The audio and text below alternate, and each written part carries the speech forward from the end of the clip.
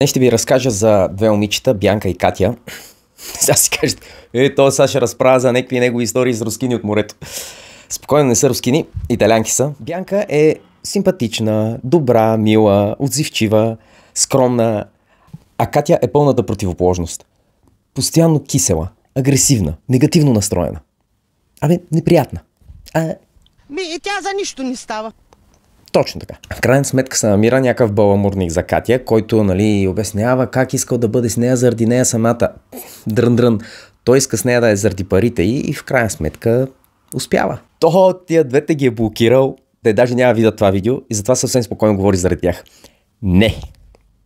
Аз тия даже не ги познавам.